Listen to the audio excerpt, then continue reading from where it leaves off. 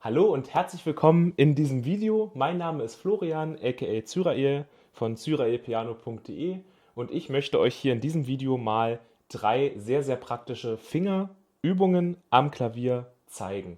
Ja, warum macht man das Ganze? Was sind Fingerübungen? Letztendlich sind Fingerübungen dafür da, erstmal ein bisschen unsere Hände, unsere Finger zu trainieren, ja, damit wir auch wirklich in der Lage sind, dann auch richtige Musikstücke, richtige Kompositionen auf dem Klavier auch schnell zu spielen. Das müssen wir natürlich trainieren und dafür sind so eine Fingerübung ganz klasse. Vor allem auch bevor man anfängt, irgendwas auf dem Klavier zu spielen, sich da erstmal hinzusetzen und sich auch warm zu machen damit. Ja, ähnlich wie beim Sport, wenn man sich dehnt, bevor man jetzt irgendeine Sportübung anfängt, kann man hier halt diese Fingerübungen machen. Und vor allem, wenn man Anfänger ist, also wenn man noch gar nicht viel am Klavier gemacht hat, dann ist es ganz wichtig, diese Übung immer mal zu machen, um einfach hier ein Gefühl fürs Klavier zu kriegen, um das zu trainieren, auf dem Klavier hier wirklich mit den Händen gut zu spielen. Alles klar. Dann werde ich jetzt mal loslegen und euch hier mal meine drei Lieblingsübungen zeigen, also die ich am häufigsten verwende. Sowohl sind das Übungen für eine Hand, also für die rechte Hand, aber auch Übungen hier für beide Hände zusammen, also beide Hände zusammen auf dem Klavier zu spielen. Erste Übung, die ich euch zeigen möchte, ist erstmal ganz einfach. Wir nehmen die rechte Hand hier nur und wir spielen mit der rechten Hand die Töne der C-Dur-Tonleiter. Ja? Die C-Dur-Tonleiter, ich zeige sie euch kurz mal hier, beginnen vom Ton C. C, D, E, F, G, A, H, C. Ja, das ist die C-Dur-Tonleiter. Okay. Und das ist auch schon die Übung, hier das, was ich hier gerade gespielt habe, ja, das wäre so die erste Fingerübung, nämlich diese C-Dur-Tonleiter mal mit der rechten Hand aufwärts und abwärts zu spielen. Ja, man kann das auch erstmal vereinfachen, man kann auch erstmal nur die ersten fünf Töne, ja, der C-Dur-Tonleiter spielen. C, D, E, F, G und wieder runter. Das wäre also die einfachste Version dieser Übung. Und zwar nehmen wir dafür unsere Hand, ja, wir legen wirklich jeden Finger hier auf eine Taste, ne? Also den Daumen hier aufs C, den Zeigefinger aufs D und so weiter, ja. Dass wirklich jeder Finger hier eine Taste hat, dass wir jetzt hier nicht irgendwie hin und her springen müssen. Und dann schlagen wir einfach an, ne? Den Daumen, Zeigefinger, Mittelfinger, Ringfinger, kleinen Finger und dann wieder runter. Das sieht jetzt mal einfach aus. Es ist vielleicht auch für diejenigen einfach, die schon öfter am Klavier gesessen haben, aber wenn man wirklich blutiger Anfänger ist, ist auch das schon schwer, einfach hier die Finger zu bewegen, die einzelnen, ohne dass sich ein anderer Finger mitbewegt. Also bewegen wirklich nur immer den einzelnen Finger auf die Taste. Ja? Und dann können wir hier mal aufwärts und abwärts spielen. Okay. So viel erstmal dazu. Jetzt die etwas fortgeschrittenere Variante. Jetzt spielen wir die komplette C-Dur-Tonleiter, also nicht nur die ersten fünf Töne. Und hierfür müssen wir einen kleinen Sprung machen. Vielleicht hast du es schon gesehen, als ich es dir eben gezeigt habe. Und zwar, wenn wir hier dann von dem E auf das F springen, muss auch unsere Hand hier einen kleinen Wechsel machen, weil sonst, ja, kommen wir natürlich hier nicht die ganze Tonleiter hoch mit nur fünf Fingern. Logischerweise, es sind ja Töne, die bis hier oben gehen. Also es geht ja hier wirklich bis zu dem anderen C. Dementsprechend hier der Sprung. Das geht wie folgt. Wir legen erstmal die Hand so hin, wie wir sie eben schon hatten, ja, bei der ersten Übung. Und dann schlagen wir wie gehabt hier die Töne an mit den Fingern. Und jetzt, wenn wir hier auf dem E sind, mit dem Mittelfinger, dann springen wir hier, zack, mit dem Daumen auf das F und gehen hier ganz normal wieder hoch, ne, bis wir hier mit dem kleinen Finger auf dem C sind. Okay? Das ist der Trick, dass wir hier diesen Wechsel machen. Zack, ja. Da gerne auch den ganzen Arm mitbewegen. Ja, nicht nur hier die Hand, sondern immer der Arm geht mit. Das macht es sehr viel einfacher. Und dann landen wir also hier mit dem Daumen auf dem F. Das heißt, wenn du hier mit dem Mittelfinger das E anschlägst, dann bewegt sich hier der Arm schon mit, dann bewegt sich die Hand schon mit, sodass wir dann hier mit dem Daumen auf das F kommen. Das kann auch so ein kleiner Unterabschnitt sein, den du trainieren kannst, dass du wirklich, wenn du da wirklich jetzt Schwierigkeiten hast, vor allem am Anfang noch, dass du wirklich hier diesen Teil hier nur trainierst, diesen Sprung. Und dann geht's weiter. Okay. Und das Ganze dann wieder rückwärts. Und auch hier wieder, ja, sobald wir hier mit dem Daumen auf dem F sind, bewegt sich hier die Hand wieder nach links. Das heißt, so dass der Mittelfinger hier auf das E wieder kann und dann, wie gehabt, Zeigefinger D und Daumen C. Ne? Ja? Und hier der Wechsel. Und auch hier kannst du natürlich wieder, ja, kannst du auch hier natürlich diesen Part hier wieder trainieren einfach, ne? Diesen Sprung, ja. In so einem kleinen Unterabschnitt. Das wirklich oft genug wiederholen, vor allem wenn du da Schwierigkeiten hast, ja. Also solche Kleinigkeiten einfach ganz, ganz oft wiederholen. Wirklich diesen Teil hier meinetwegen 50, 100 Mal wiederholen. Das klingt erstmal etwas öde, aber wenn du das einmal 100 Mal gemacht hast, eine Nacht drüber geschlafen hast, dann hast du damit überhaupt gar keine Probleme mehr. Ja, das ist der Trick beim Klavierspielen. Wirklich kleinste Abschnitte ganz, ganz oft wiederholen, ja, und dann prägt sich das im Gehirn ein. Dann ist das einfach eine Motorik, die sich hier der Körper unterbewusst einprägt. Dann musst du da gar nicht mehr drauf achten. Okay,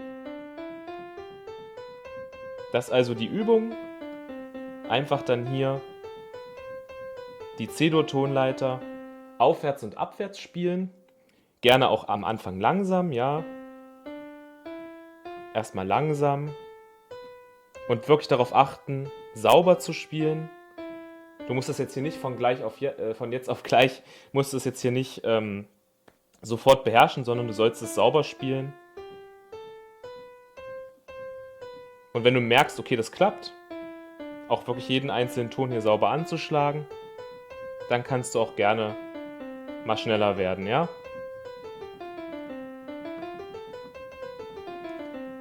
Okay. Gut, das ist also erstmal die erste Übung, die ich dir in diesem Video zeigen möchte. Mit der rechten Hand. Jetzt, wenn du so willst, die zweite Übung ist im Prinzip genau dasselbe, bloß jetzt nehmen wir die linke Hand dazu. Und das ist eine klasse Übung, um einfach mal die Koordination von linker und rechter Hand zu trainieren. Das ist auch was, das brauchst du wirklich, weil klar, wenn du jetzt irgendein Stück spielst, du kannst natürlich viele Melodien einfach mit einer Hand spielen, aber so richtig toll klingt es natürlich, wenn man hier links ja den Bass mitspielen kann, ja. Wenn du hier auf der linken Hand dann ja die Melodie, den Bass irgendwie mitspielen kannst. Aber es ist natürlich schwer, beide Hände zusammenzunehmen, weil oft spielt die linke Hand was anderes als die rechte Hand. Deswegen die Übung ganz klasse, finde ich, das zu trainieren, nämlich du machst genau dasselbe auf der linken Hand jetzt erstmal wie auf der rechten Hand. Das heißt, sowohl hier das hier, ja, also die ersten 5 Töne, damit kannst du anfangen. Du kannst es erstmal auf der linken Hand trainieren. Dann kannst du auf der linken Hand genauso auch die Tonleiter nach oben trainieren, ja. Der Unterschied, hier machen wir den Sprung, ja. Wir machen auch wieder einen Sprung, wenn immer, im Prinzip immer dann, wenn wir sehen, okay, wir müssen jetzt hier, wir haben keine Finger mehr übrig, wir müssen jetzt hier einen Sprung machen, dann kommt hier der Wechsel, ne? Also mit dem Daumen auf das G und zack, Mittelfinger auf das A und dann gehen wir hier wieder hoch. Und das Ganze rückwärts. Muss ich jetzt, denke ich, nicht nochmal ausführen, ist genau dasselbe wie auf der rechten Hand. Das natürlich erstmal trainieren, dass du das auf der linken Hand kannst. Und die eigentliche Übung ist jetzt folgende. Da gibt es dann auch noch eine fortgeschrittenere Version davon. Und zwar, dass wir jetzt beides gleichzeitig spielen. Das ist natürlich schon extrem schwer, wenn man das noch nie gemacht hat. Aber es ist super, um wirklich mal zu trainieren, beide Hände zusammenzuspielen. Das heißt, wir schlagen jetzt hier jeden Ton gleichzeitig an mit linker und rechter Hand.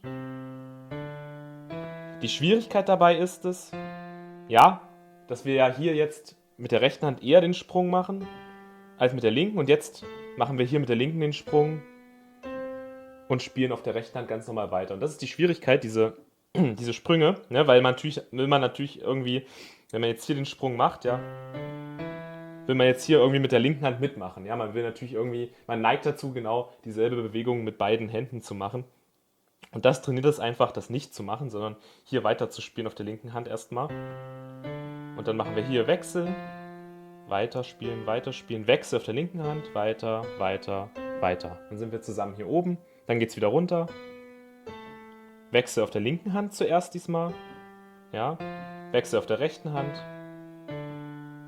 Und dann das Ganze wieder runter. Das ist jetzt also die zweite Übung. C-Dur-Tonleiter mit linker und rechter Hand zusammen. Plus natürlich diesen Wechsel, ja. Auch am Anfang wieder langsam gerne. Und dann, wenn du merkst, okay, du kannst das langsam und sauber spielen, ja, gerne oft wiederholen. Und wenn du das soweit drauf hast, kannst du auch schneller werden.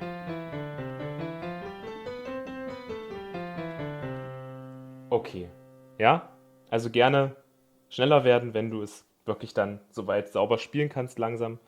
Und dann, ja, einfach mal ausprobieren, einfach mal üben. Vor allem halt hier diese Wechsel immer üben, ne? Diese Unterabschnitte, würde ich sagen. Das ist ja das Schwierige hier bei dieser Übung. Okay, und jetzt gibt es auch von dieser zweiten Übung noch ja, eine fortgeschrittenere Variante. Und zwar können wir jetzt natürlich das Ganze auch versetzt spielen, also in unterschiedlichen Rhythmen. Das ist das, was ich meine. Da trainieren wir dann wirklich, dass die linke Hand was anderes spielt als die rechte Hand, was wir dann auch in sämtlichen Melodien, Musikstücken brauchen, wenn wir hier beide Hände zusammenspielen. Da würde ich dir jetzt am Anfang empfehlen, hier einfach nur die ersten 5 Töne zu nehmen. Ja, die ersten 5 Töne der C-Dur-Tonleiter, das hat man ja alles schon. Und jetzt schlägst du meinetwegen zum Beispiel bei der linken Hand, du kannst es genau andersrum auch machen, immer nur, ja, bei jedem zweiten Ton, den die rechte Hand spielt, spielst du mit der linken Hand den nächsten Ton. Ja, wird jetzt deutlich, wenn ich es dir zeige. Also wir schlagen zusammen C und C an. Dann schlägt die rechte Hand alleine hier das D an. Und wenn ich hier das E anschlage, dann kommt die linke Hand mit, ja. Ja, so dass wir dann in diesem Rhythmus hier sind. Also bei jedem zweiten Ton, den die rechte Hand spielt, spielt die linke Hand mit. So dass wir halt auf der linken Hand dann am Ende einen langsameren Rhythmus spielen als auf der rechten Hand. Ist ja logisch, ne? Und das Ganze klingt dann, ja, wenn man es jetzt ein bisschen schneller spielt, so.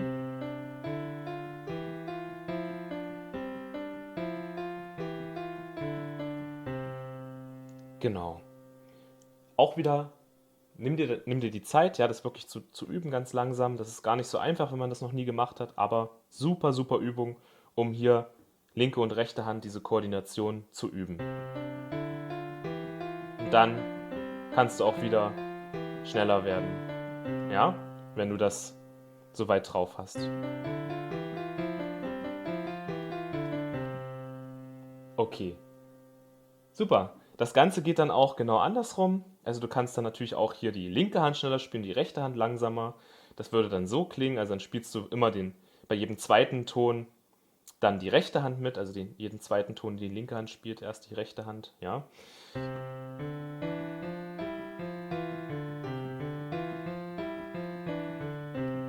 Geht genauso. Okay, sehr gut. Das ist also die zweite Übung. Und dann habe ich noch eine dritte Übung für dich. Würde ich dir aber empfehlen, wirklich erst mal zu probieren, wenn du das hier so weit drauf hast, also wenn du die anderen Übungen kannst. Vielleicht bist du ja auch schon ein fortgeschrittenerer Pianist, dann sollte das, denke ich, sowieso kein Problem für dich sein. Und bei der Übung nehmen wir das Haltepedal mal mit dazu, das Haltepedal, und halten das dabei einfach gedrückt. Und jetzt spielen wir mal linke und rechte Hand aufwärts hier C-Dur über die ganze Klaviatur. Ja?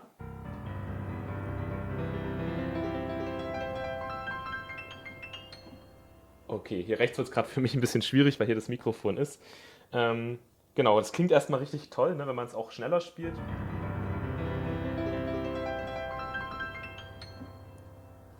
Also einmal einfach zack, die ganze Klaviatur hoch.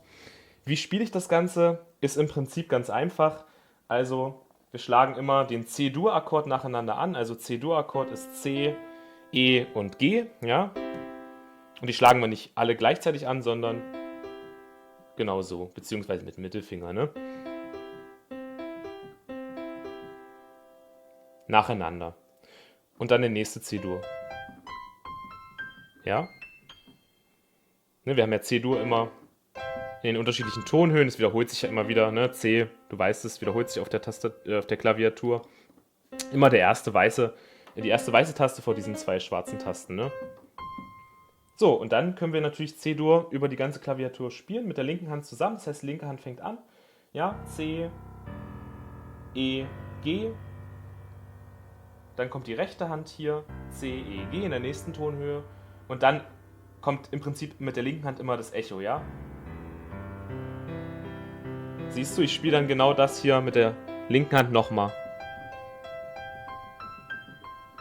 Und hier spiele ich dann nur die rechte, weil hier wird es mir dann ein bisschen zu krass, hier mit der linken Hand noch mitzugreifen, ja. So, und das ist es im Prinzip schon. Also wir spielen immer C-Dur-Akkord nacheinander und das spielen wir immer doppelt im Prinzip, ne? Die linke Hand ist nochmal wie ein Echo der rechten Hand. Und nehmen wir hier oben noch das C mit, das ganz hohe. Genau, und das ist die dritte Übung. Einfach ganz schön, finde ich, klingt ganz schön. Kann man vielleicht auch immer mal, wenn man irgendwas spielt, so aus Spaß, kann man das mit einbinden. Einfach mal hier so hoch, ja. Ich finde, das klingt super, wenn man das Haltepedal noch dabei gedrückt lässt. Also einfach wirklich Haltepedal die ganze Zeit dabei gedrückt lassen.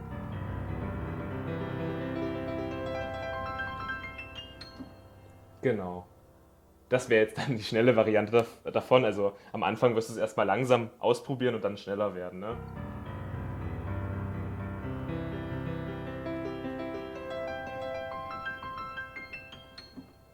Und das ist es soweit. Also ich zeige dir nochmal alle drei Übungen. Die erste Übung war hier einfach auf der rechten Hand die C-Dur-Tonleiter, beziehungsweise kannst auch erstmal mit den ersten 5 Tönen der C-Dur-Tonleiter anfangen und dann die ganze Tonleiter. Bei der zweiten Übung nehmen wir dann die linke Hand mit dazu. Ja, beziehungsweise dann fortgeschrittenere Version davon versetzt, ja, dass wir die Koordination trainieren. Dann nehmen wir die ersten 5 Töne.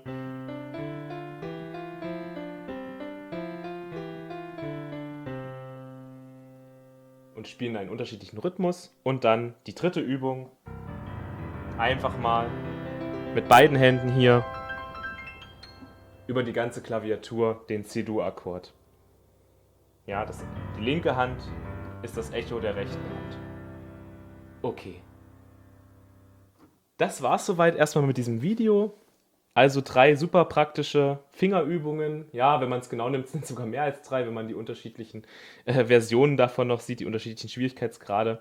Aber auf jeden Fall klasse Übungen, um einfach wirklich entweder warm zu werden am Klavier, bevor man spielt, zwischendurch einfach mal einzubinden oder wenn du Anfänger bist, um wirklich einfach zu trainieren, hier die Tasten richtig anzuschlagen, die Töne richtig anzuschlagen mit deinen Fingern, mit deinen Händen. Hier einfach ein Gefühl zu kriegen, auch linke und rechte Hand zusammen zu spielen. Ich bedanke mich fürs Zuschauen. Wenn du Interesse hast an mehr, also wenn du Bock hast, wirklich hier noch mehr zu lernen, weil du Anfänger bist, weil du erstmal wissen willst, was sind die Grundlagen, kann ich dir meinen Piano-Crash-Kurs empfehlen. Findest du unten einen Link in der Videobeschreibung. Den findest du auf meiner Internetseite cyraepiano.de. Da zeige ich dir wirklich in 10 Lektionen die absoluten Grundlagen am Klavier, völlig kostenlos. Da zeige ich dir auch unter anderem hier solche Fingerübungen, aber auch andere Sachen und sogar ein komplett kostenloses Tutorial von River Flows in You, also von dem ganz berühmten Pianostück. Vielen Dank dann fürs Zuschauen und ich hoffe, wir sehen uns irgendwann in einem anderen Video wieder.